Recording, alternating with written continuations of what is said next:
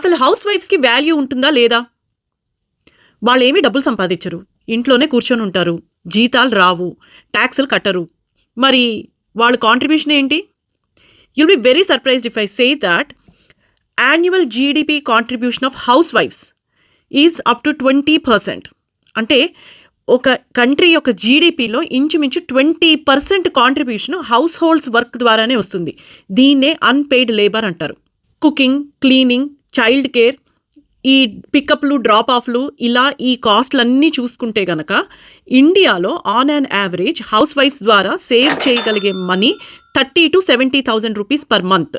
యూఎస్లో హౌస్ వైఫ్స్, ఎస్పెషల్లీ H4 వీసా మీద ఉన్నవాళ్ళు, లేదా జాబ్ కోల్పోయిన వాళ్ళు, జాబ్ చెయ్యని వాళ్ళు కూడా కాంట్రిబ్యూషన్ చేస్తూనే ఉంటారు. ఎందుకు అంటే మీరు కూడా cooking, cleaning, taking care of house, taking care of kids, pickup, drop off, ఇలా చాలా పనులు చేస్తారు.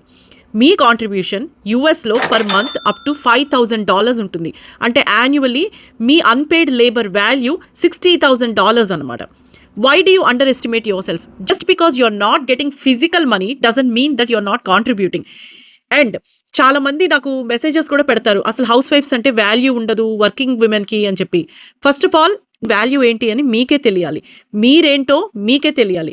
ఎవరో వచ్చి మీకు ఇచ్చే వ్యాలిడేషన్ మీకు అవసరం లేదు. వర్క్ చేసి వాళ్ళు ఎంత సంపాదిస్తున్నారో, వర్క్ చేయకుండా ఇంటికి కాంట్రిబ్యూట్ చేసి కూడా మీరు అంతే సంపాదిస్తున్నారు. వర్కింగ్ విమెన్ ప్రాబబ్లీ ఇంటికి కూడా చేస్తారు, that is a different thing. That doesn't mean that non-working women do not contribute to the GDP, whether it is India or US. Me contribution ఎప్పుడు కూడా అన్పెయిడ్ లేబర్ కింద ఉంటూనే ఉంటుంది.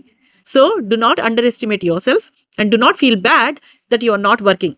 And more importantly, you do not need validation from other people. You are very valuable to the society. Stay happy.